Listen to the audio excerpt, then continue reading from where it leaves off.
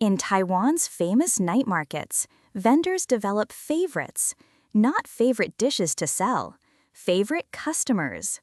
One stall owner in Shilla Night Market told me something that surprised me. When I see Japanese tourists approaching, I get excited, not because they spend more, because the interaction is going to be pleasant, every time. Today, I want to explore the remarkable bond between Taiwan and Japan, and what night market vendors have observed about their Japanese visitors. Taiwan, an island roughly the size of Belgium, with a population of 24 million and one of the most fascinating relationships with Japan of any country on Earth. The history is complicated. Japan ruled Taiwan from 1895 to 1945, 50 years of colonial administration that left deep imprints on Taiwan's infrastructure, education system, and culture. During those 5 decades, Japan built Taiwan's first railways, established a public education system, and developed modern medical facilities. Some older Taiwanese, now in their 90s, still speak fluent Japanese, a language they learned as children. Unlike some colonial experiences, the legacy of Japanese rule in Taiwan is remembered with considerable nuance. Yes, there was exploitation and hardship, cultural suppression, the prioritization of Japanese interests over Taiwanese ones. But there was also modernization that laid foundations for Taiwan's later economic development. The relationship that emerged was complex, neither purely positive nor purely negative. What matters for our story is what came after. When Japan surrendered in 1945, Taiwan entered a different era, first under nationalist Chinese rule, then as a distinct economic and political entity. Relations with Japan continued, but in a new form: trade, tourism, and cultural exchange. In the decades since, Taiwan and Japan have developed what many describe as the closest friendship between any two countries in Asia. Surveys consistently show that Taiwanese people have the most favorable views of Japan of any nationality. In recent polls, over 75% of Taiwanese express positive feelings toward Japan. And Japanese people, in turn, feel remarkably close to Taiwan. The island ranks as one of the most popular travel destinations for Japanese tourists. This translates directly into tourism. Before the pandemic, approximately 1.9 million Japanese tourists visited Taiwan annually, making Japan one of Taiwan's top tourist markets. The flight from Tokyo is only about 3 hours. Weekend trips are common. And among the most popular destinations for these Japanese visitors, the night markets. Taiwan's night markets are legendary. Shilin, Raohei, Fengjia, Liuhe, Ningxia, hundreds of stalls selling everything from oyster omelets to stinky tofu to bubble tea. The smells, the sounds, the crowds, it's sensory overload in the best possible way. For Japanese tourists, night markets offer something familiar yet different. The Asian food culture feels approachable, the prices are lower than Tokyo, and the atmosphere is more chaotic, more alive than anything they'd find at home. For vendors, meanwhile, night markets offer a front-row seat to observe customers from around the world. What they've noticed about Japanese tourists forms the heart of this story. Let's start with something simple: waiting in line. At popular night market stalls, queuing is essential. Some famous stalls, like the pepper bun shop at Rahe or the mochi vendors at Ximending, attract waits of 30 minutes or more. How do Japanese tourists handle this? A vendor at Rahe Night Market, who has worked her stall for over 15 years, told me, "Japanese tourists are the most patient customers I have. They'll wait in line for 45 minutes without complaining. No pushing, no trying to cut ahead. They stand quietly, often studying the menu while they wait." She contrasted this with other patterns. Some tourists get antsy after 10 minutes. They start asking how much longer, they try to move up, they get frustrated when the line isn't moving fast enough. Japanese tourists, they just wait. They seem to trust that the line will move when it moves. Another vendor observed something that surprised me. Sometimes I'll see Japanese customers let others go ahead of them. If someone seems confused about the ordering process, they'll gesture for that person to go first while they figure it out. They don't want to hold up the line. This struck me as counterintuitive. The customer has been waiting. They've earned their place. Why give it up? But the vendor explained, they seem to think that holding up the line is worse than waiting a bit longer themselves. This might not seem remarkable, but consider the context. A crowded night market after a long day of sightseeing, hunger building, surrounded by hundreds of people all wanting food now. The temptation to push forward, to secure your spot, to prioritize your own needs, it's natural, human even. And yet, consistently, vendors describe Japanese tourists choosing patience over assertiveness. One stall owner made an interesting observation. Japanese tourists seem to understand that pushing forward doesn't make the food come faster. The line moves at its own pace. Getting aggressive just makes everyone's experience worse, she added. It's like they're thinking about the whole system, not just themselves. In Japan, there's a concept called kuki o yomu, literally reading the air. It means perceiving the mood of a situation and adjusting your behavior accordingly. Perhaps what vendors observe is this ability in action. Japanese tourists reading the air of the night market and fitting themselves into its rhythm rather than trying to impose their own. Language barriers are inevitable in Taiwan's night markets. Most vendors speak Mandarin and Taiwanese. Some speak a little English. Very few speak Japanese. So how do transactions work with Japanese tourists? A bubble tea vendor shared her experience. Japanese tourists are prepared. They often have translation apps ready, or they'll point to pictures, or they've written down what they want in Chinese characters.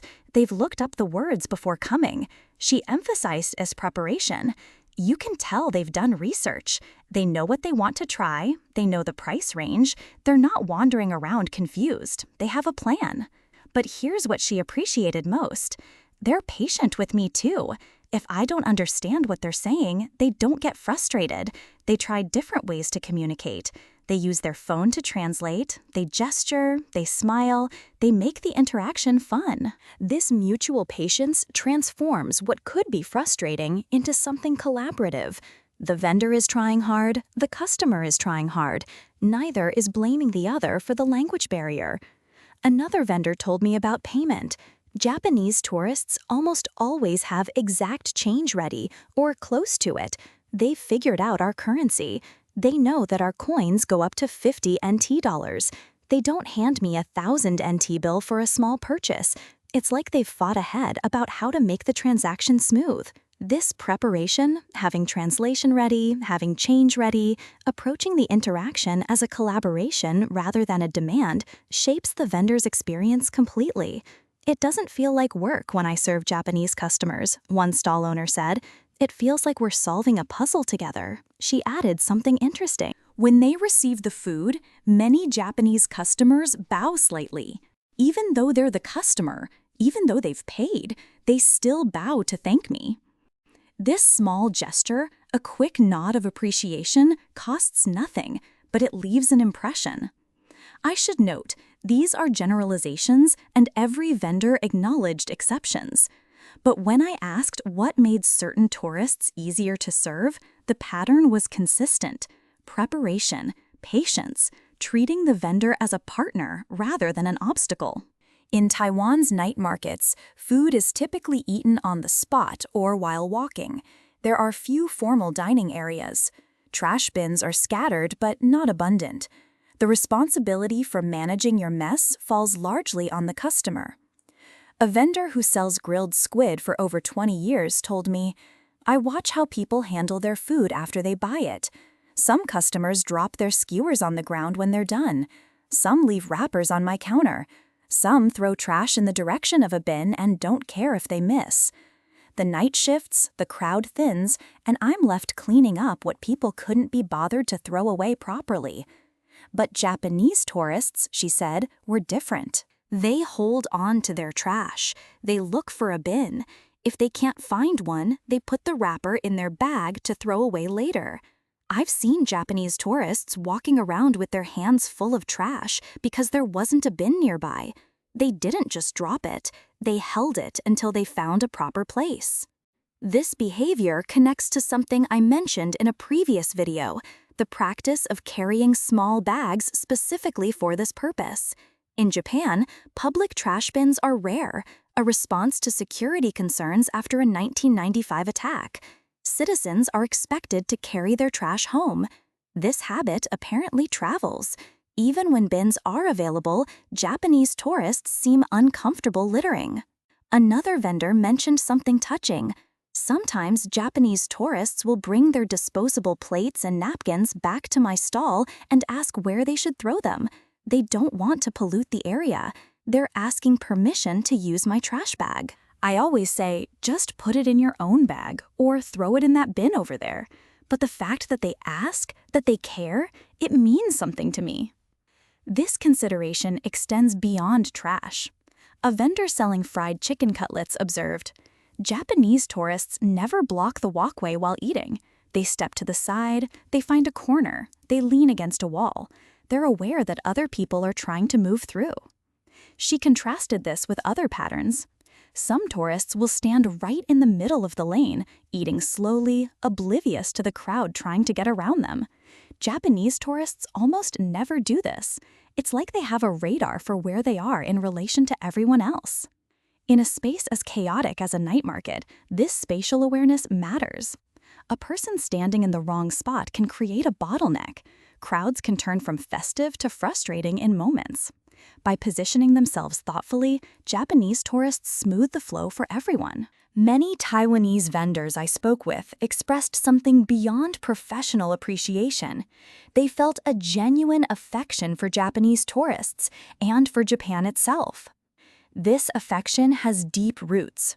After the devastating earthquake that struck central Taiwan on September 21, 1999, known as the Jeju earthquake, Japan was among the first countries to send rescue teams and aid.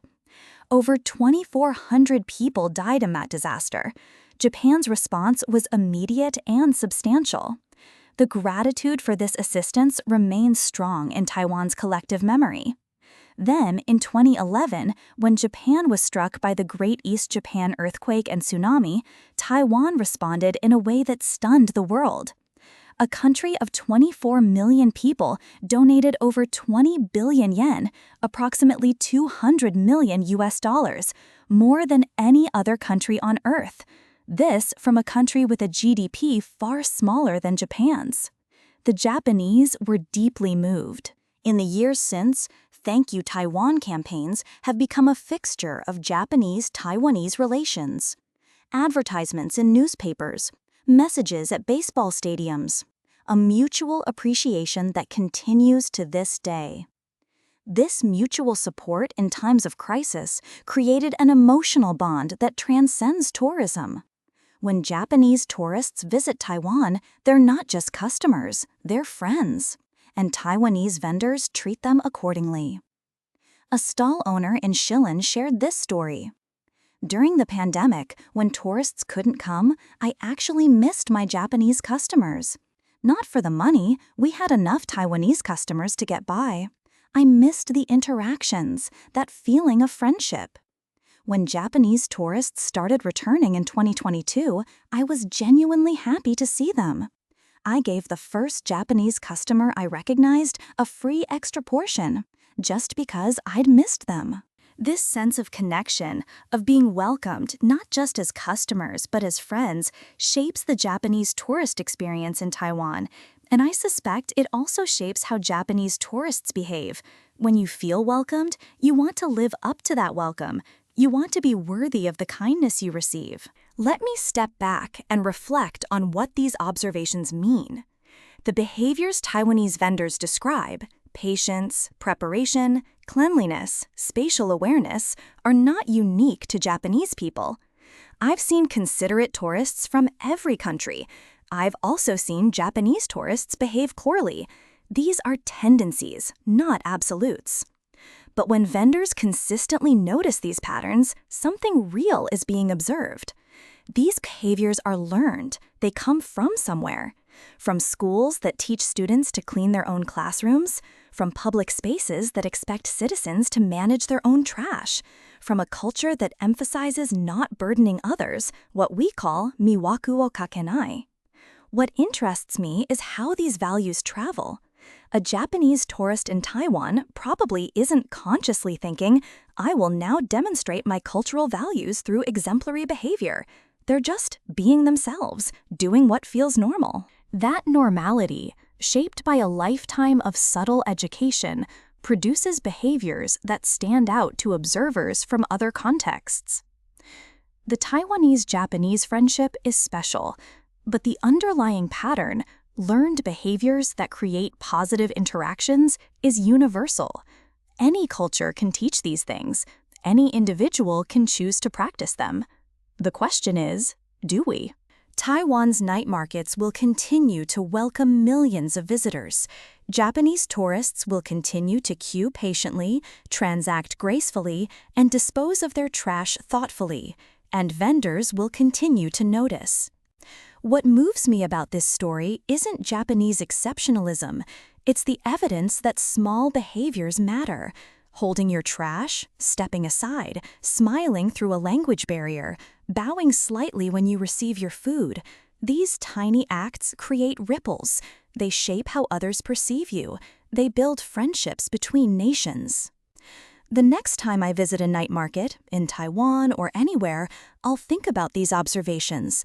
Not to feel proud, not to perform Japaneseness, but to remember that every small interaction is an opportunity to make someone's day a little better, to leave a place a little nicer than you found it. If you've visited Taiwan, I'd love to hear about your experiences. And if you've worked in Taiwan's tourism industry, what have you observed about visitors from different countries? Leave your thoughts in the comments. Subscribe for more cultural exploration. And until next time, thank you for watching. 谢谢。ありがとう。ジャパン・台湾リレーションシップ、タイワニーズナイトマーケット、ジャパニーズトゥーリスツ台湾、シリンナイトマーケット、ジャパン・台湾フレンドシップ、2011年アースクウェイクドネーションズ、台湾ベンダーズ・ジャパニーズトゥーリスツ、カルチャルエクチェンジエイジア、ジャパニーズマナーズアブロード、トラベルエチケット、ラオヘナイトマーケット、Hook, 120 words. Introduction, 650 words. Part 1, 600 words. Part 2, 600 words. Part 3, 600 words. Part 4, 500 words. Reflection, 350 words. Outro, 300 words.